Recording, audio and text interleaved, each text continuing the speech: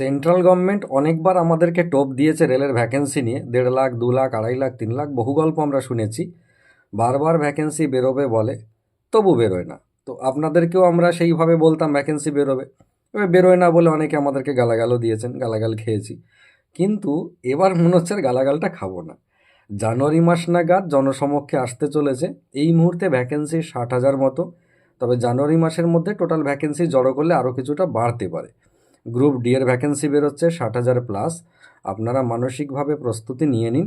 আর যারা পড়াশোনা শুরু করবেন তারা করে দিতেও পারেন, খুব বেশি টাইম পাবেন না।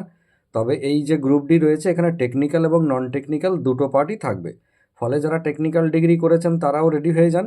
যাদের কোনো টেকনিক্যাল ডিগ্রি নেই, মানে জেনারেল আর 5 জনের মতো এতদিন যেমন ছিলেন, তো তারাও রেডি হয়ে যান। এবার মনে হচ্ছে আর গালাগালটা খাবো না, কেননা এইটা যেভাবে তোড়জোড় শুরু হয়েছে তাতে এবারের নিয়োগটা